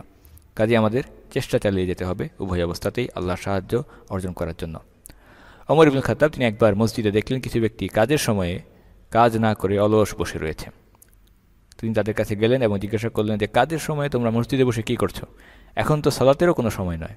তারা বলল যে আমরা আল্লাহর উপরে ভরসা করি, আমরা তাওয়াক্কুল করি, আল্লাহ আমাদেরকে রিজিক দেবেন। ওমর কঠোরভাবে বললেন যে কাজকর্ম না করে বসে থাকবে আর তারপরে বলবে যে হে আল্লাহ, আপনি আমাদেরকে রিজিক প্রদান করুন, আসমান থেকে তো কোনো দিন স্বর্ণরৌপ্য বৃষ্টি বর্ষণ হয় না। ওমর ইবনুল খাত্তাব তখন তাদেরকে কোরআনের এই আয়াতটি তিলাওয়াত করে শুনে, যেখানে আল্লাহ সুবহানাহু ওয়া তাআলা বলেছেন, যখন সালাত শেষ হয়ে যায়, সালাত শেষ হয়ে যাওয়ার পর তোমরা জমিনে ছড়িয়ে যাও এবং আল্লাহর অনুগ্রহগুলো তালাশ করতে শুরু করো এবং বেশি করে আল্লাহকে স্মরণ করো যেন তোমরা সফল হতে পারো। সুতরাং ওমর ইবনুল খাত্তাব তিনি মানুষদেরকে গিয়ে কাজের উৎসাহ দিতেন এবং অলস বসে থাকাকে নিরুৎসাহিত করতেন। কাজের মাধ্যমে আমাদের রিজিক আসে, একজনের কাজ আরেকজনের অধীনে করা, এভাবে পারস্পরিক কাজের মাধ্যমে আল্লাহ সুবহানাহু ওয়া তাআলা আমাদেরকে রিজিক প্রদান করে থাকেন। বাস্তবে আমরা সবাই কোনো না কোনো ব্যক্তির জন্যই কাজ করে যাচ্ছি, অন্যের জন্যই কাজ করে যাচ্ছি, কাউকে না কাউকে সেবা দিয়েই যাচ্ছি আমাদের কাজের মাধ্যমে। যে অর্থ আমরা আমাদের পকেটে প্রবেশ করাচ্ছি সেটা আমার পকেটে আসার আগে বহু মানুষের হাত ঘুরে আমার কাছে এসেছে। পারস্পরিক কাজের মাধ্যমে এভাবেই আমাদের রিজিক দুনিয়াতে নির্ধারিত। ওমর ইবনুল খাত্তাব যখন কোনো সুদর্শন যুবক, শক্তিশালী যুবক তাকে দেখতেন, তাকে দেখে মুগ্ধ হতেন, তিনি জানতে চাইতেন সেই ব্যক্তির দক্ষতা বা স্কিল কি, কোন কাজে সে দক্ষ। এবং তিনি যদি দেখতেন যে ব্যক্তি দেখতে খুবই সুন্দর, সুদর্শন, কিন্তু তার মধ্যে কোনো স্কিল নেই, কোনো ধরনের কাজের যোগ্যতা, দক্ষতা তার মধ্যে নেই, ওমর বলতেন যে তখন তার প্রতি আমার কোনো মুগ্ধতা থাকতো না, তার প্রতি আর কোনো আগ্রহই আমার থাকতো না যদি দেখতাম যে সেই সুদর্শন যুবক সে একজন কর্মহীন যুবক। এবং এরই মাধ্যমে আমরা আমাদের আজকের আলোচনার শেষ অংশে চলে এসেছি। আল্লাহ সুবহানাহু ওয়া তাআলার কাছে আমরা তৌফিক কামনা করি এই আলোচনার শিক্ষাগুলোকে আল্লাহ সুবহানাহু ওয়া তাআলা যেন আমাদের জীবনে বাস্তবায়িত করার তৌফিক প্রদান করেন। আগামী পর্বে ইনশাআল্লাহ তাআলা আমরা আলোচনা করব ওমর ইবনুল খাত্তাব রাদিয়াল্লাহু আনহুর সেই বিখ্যাত ঘটনাগুলো, রাত্রিকালে যখন তিনি মুসলিমদের অবস্থা দেখার জন্য টহল দিতে বের হতেন। আমিরুল মুমিনিন তিনি রাতে বের হয়েছেন সাধারণ মুসলিমদের অবস্থা, তাদের কোনো প্রয়োজন আছে কিনা, কোনো অভাব আছে কিনা, সেই বিষয়গুলো দেখার জন্য। আগামী পর্ব শোনার আমন্ত্রণ জানিয়ে আজকের পর্ব আমরা এখানেই শেষ করছি। ওয়াসাল্লাল্লাহু তাআলা আলা সাইয়্যিদিনা মুহাম্মদ ওয়া আলা আলিহি ওয়া সাহবিহি ওয়া সাল্লাম ওয়ালহামদুলিল্লাহি রাব্বিল আলামিন। রেইনড্রপস মিডিয়ার অন্যান্য প্রজেক্ট সম্পর্কে জানতে ভিজিট করুন আমাদের ওয়েবসাইট www.raindrops.media, আমাদের ফেসবুক পেজ facebook.com/raindropsmedia এবং আমাদের ইউটিউব চ্যানেল youtube.com/raindropsmediaorg2015।